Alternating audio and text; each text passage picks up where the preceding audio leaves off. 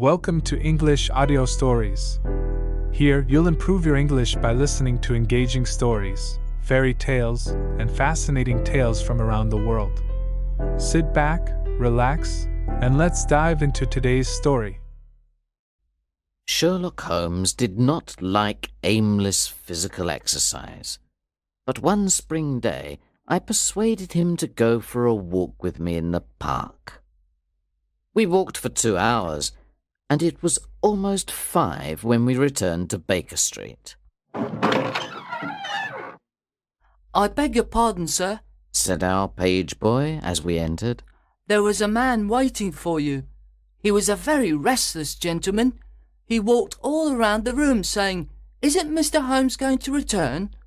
Finally, he left." You see, Holmes said to me, I needed a case, and now I have lost this one because we went for a walk in the park.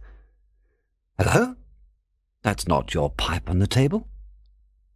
Well, that man must have a very big problem, because he left his pipe.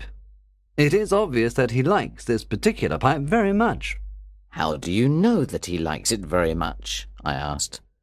Well, Explained Holmes, I think this pipe costs around 7 and 6pence. Now, look, it has been mended twice with silver bands that probably cost more than the pipe itself. So this man must like his pipe very much, if he prefers to mend it instead of buying a new one with the same money. Just then, as Holmes was talking, we heard someone walking up the stairs, and then a man walked into the room without knocking. "I beg your pardon," Said the man. "I should have knocked, but I am very upset, and I need help." The man then took off his hat and sat down on a chair. My dear Mr. Grant Munro, Began Holmes. Our visitor jumped from his chair. "What? He cried. You know my name?" if you want to preserve your incognito, Said Holmes, smiling. then you should not write your name on the inside of your hat, or else you should turn the inside of your hat away from the person whom you are addressing. Anyway, my friend and I have heard many strange secrets in this room, and we have had the fortune to help many people. Please tell us the facts of your case. "The facts are these, Mr. Holmes. He said. I have been married for 3 years, and my wife and I were very happy until last Monday. Suddenly, a barrier appeared between us, and she has become like a stranger to me. I want to know why. But, Mr. Holmes, I am sure that my wife loves me." Please let me have the facts, Mr. Munro. Said Holmes with some impatience. Effie, my wife, was a young widow, only 25 years old when I met her. Her name then was Mrs. Hebron. She went to America when she was very young and lived in the town of Atlanta, where she married a man called Hebron, who was a lawyer. They had 1 child, but there was a yellow fever epidemic there, and both her husband and child died of it. I have seen his death certificate. After this tragedy, she decided to leave America and come back to England to live with her aunt. I should also mention that her husband left her a large amount of money. This money was invested, and she can live very well with the income from it. She met me after 6 months in England. We fell in love with each other, and we married a few weeks afterwards. I am a hop merchant, and I too have a good income. We rented a nice house in the country near Norbury. There is an inn and 2 houses near our house, and a single cottage across the field in front of our house. Until this recent incident, my wife and I lived very happily there. There is one more thing I should tell you. When we married, my wife put all her money in my name. I did not think this was a good idea, but she insisted. Well, about 6 weeks ago, she came and asked me for some. Jack, She said, when you took my money, you said that if I ever wanted some, I should just ask you. Certainly, I said. It's your money. How much do you want? £100, She said. What for? I asked, very surprised by the large amount. Oh, She said playfully. you said that you were only my banker, and bankers never ask questions, you know. I was not happy about this because this was the first time that there was a secret between us. I gave her the cheque and forgot about the matter. It may have nothing to do with what happened afterwards, but I thought that I should mention it. Anyway, I told you that there is a cottage near our house. Well, I like walking past that cottage, and last Monday, as I walked past the cottage, I saw an empty van going away from the cottage and furniture in front of the cottage. Someone was finally going to live there. I was looking at the cottage when suddenly I saw a face watching me from an upper window. There was something strange about the face, Mr. Holmes, that frightened me. I was not very near, but there was something unnatural and inhuman about the face. It was yellow and rigid. I walked closer to the house, but the face suddenly disappeared. Then I went to the door and knocked. A tall woman answered the door. I told her that I was her neighbour and asked her if she needed any help. If we need any help, we'll call you, She said, and shut the door in my face. That night I did not tell my wife about the strange face and the rude woman, but I did tell her that people were now living in the cottage. That same night, something strange happened. In the middle of the night, when I was not completely asleep, I became aware that my wife was dressed and was leaving the room. She looked very frightened and nervous. I waited for about 20 minutes, and then she returned. "Where have you been, Effie?" I asked as she entered. She moved back quickly with fright. Are you awake, Jack? She cried with a nervous laugh. She told me that she had wanted some fresh air, but I did not believe her. What was my wife hiding from me? The next day I had to go to the city, but I was so worried about my wife that I returned early to Norbury at about 1 o'clock. Walking home, I went past the cottage. I stopped for a minute in front of it to look for that strange face. As I stood there, imagine my surprise, Mr. Holmes, when the door suddenly opened and my wife walked out. Oh, Jack! She said. I came here to see if our new neighbours needed anything. Why are you looking at me like that? Are you angry with me? So, I said, this is where you went during the night. What do you mean? She cried. You came here. I am sure of it. Who are these people?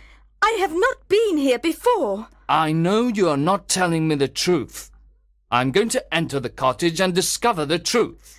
Please don't go in, Jack. She cried. I promise that I will tell you everything someday, but if you enter now, you will cause great sadness. Then she held me tightly, and I tried to push her off. Trust me, Jack. She cried. You will not be sorry. If you come home with me, all will be well. If you force your way into that cottage, our marriage is finished. I will trust you, I said, if you promise never to come here again. She was greatly relieved. Then, as we started to leave, I looked up, and there was that yellow face watching us out of the upper window. What link could there be between that creature and my wife? After that, everything went well. But one day I returned home early. I discovered that my wife had been to the cottage again, so I went to the cottage. I walked into the house and found no one. But upstairs I found a comfortable room, and on the mantelpiece stood a full-length photograph of my wife. I am sure that our maid had warned them that I was arriving, and they all went away. That is why I didn't find anyone there. When I saw my wife again, I told her that there could be no peace between us until she told me the truth. That was yesterday, Mr. Holmes, and then I decided to come and see you for help. After hearing this strange story, Holmes sat silent for a few minutes, thinking. Then he said, "Are you sure that the yellow face was a man's face?" Each time I saw it, he replied, I saw it from a distance, so I am not sure. "When did your wife ask you for the money?" asked Holmes. Almost 2 months ago. "Have you ever seen a photograph of her first husband?" No, there was a great fire in Atlanta after her husband's death, and all her papers were destroyed. "And yet she had a death certificate. Have you ever seen it?" Yes, she got a duplicate after the fire. "Have you ever met anyone who knew your wife in America?" No. "Has she ever talked about visiting America again?" No. "Has she ever received letters from there?" No, I don't think so. "Thank you," concluded Holmes. "Now, go back to Norbury, and when you see that those people have returned to the cottage, call us. It will be easy to solve this mystery." Then Mr. Grant Munro left, and Holmes and I discussed the case. "I am afraid that this is a case of blackmail," said Holmes. "And who is the blackmailer?" I asked. "Well, it must be that creature with the yellow face. Upon my word, Watson, there is something very attractive about that yellow face at the window, and I would not miss this case for worlds." "Have you got a theory?" I asked. "Yes," Holmes replied. "I think her first husband is in the cottage. This is what I think happened. This woman was married in America. Her husband got a terrible disease. That is why he has that horrible yellow face. She ran away from him at last and came back to England, where she changed her name and started a new life. After 3 years of marriage, she feels safe again. But her first husband, or some unscrupulous woman attached to him, discovers where she lives. They write to her and tell her to send them £100, or they will tell her new husband everything. When her husband tells her that someone is living in the cottage, she knows that they are her blackmailers. In the middle of the night, while her husband is sleeping, she decides to go to the cottage. That night, she is not able to convince her blackmailers to leave her alone, so she returns the next day. That was when her husband saw her coming out of the house. She then promises her husband that she will not return, but she wants to get rid of her blackmailers. She decides to go again, and this time she brings a photograph, which they probably asked her for. Fortunately for her, her maid warns her that her husband is coming, and she and her blackmailers leave the house in time. Now we can do nothing except wait for Mr. Munro to call us, and then we will see if my theory is correct. We did not have to wait long. After tea, we received a message from Mr. Munro saying, "There are people in the house." That night, Holmes and I took a train to Norbury. Mr. Munro was waiting for us at the station, and he took us to the cottage. When we arrived there, Holmes asked Mr. Munro if he was sure he wanted to enter the cottage. Mr. Munro said he was sure, and we went to the door of the cottage. As we approached the door, a woman suddenly appeared. It was Effie. For God's sake, don't, Jack! She cried. Trust me! I have trusted you too long, Effie. He cried sternly. Let go of me. My friends and I are going to solve this mystery. We rushed up the stairs to the lighted room. In one corner there was a desk, and at that desk there appeared to be a little girl. Her face was turned away from us when we entered the room, but we could see she was wearing a red dress and long white gloves. She turned around to us, and I gave a cry of surprise and horror. Her face was the strangest yellow colour, and it had absolutely no expression. A moment later the mystery was explained. Holmes, with a laugh, put his hand behind the ear of the little girl and pulled off the mask.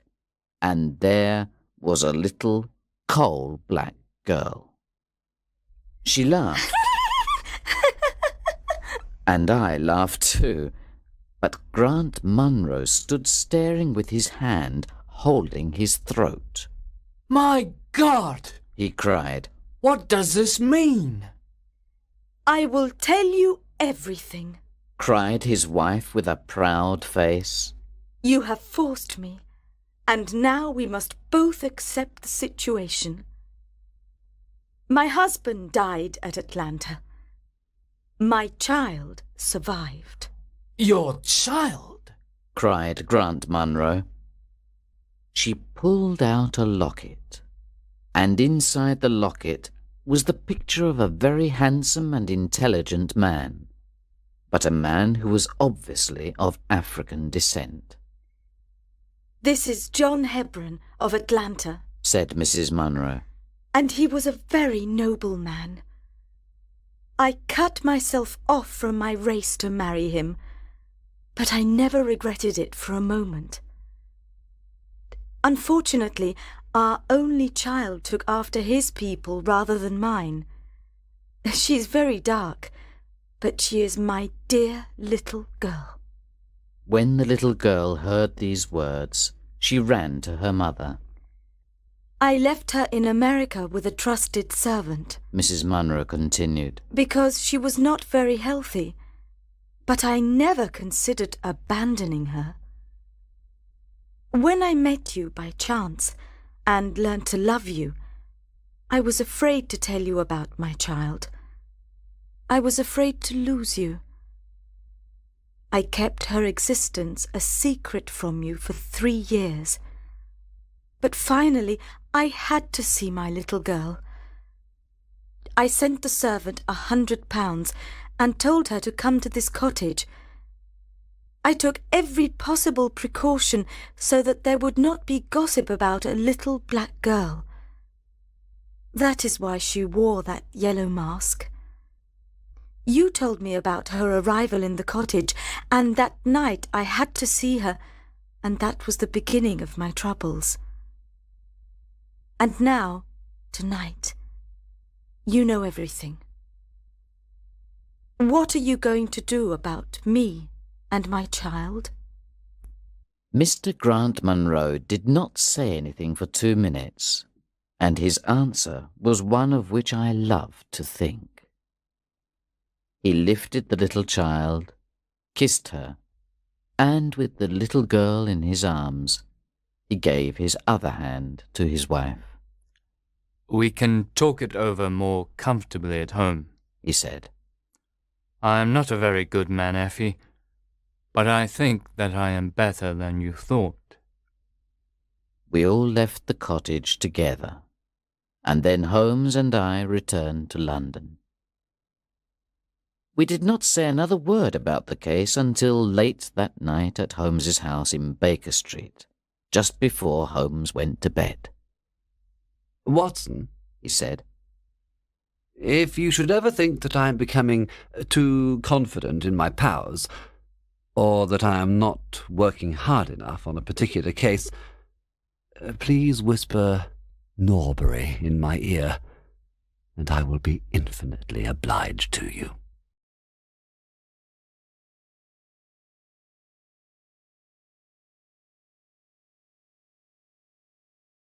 Thank you for listening. If you enjoyed this story, don't forget to like, subscribe, and hit the notification bell so you won't miss the next one. See you in the next story.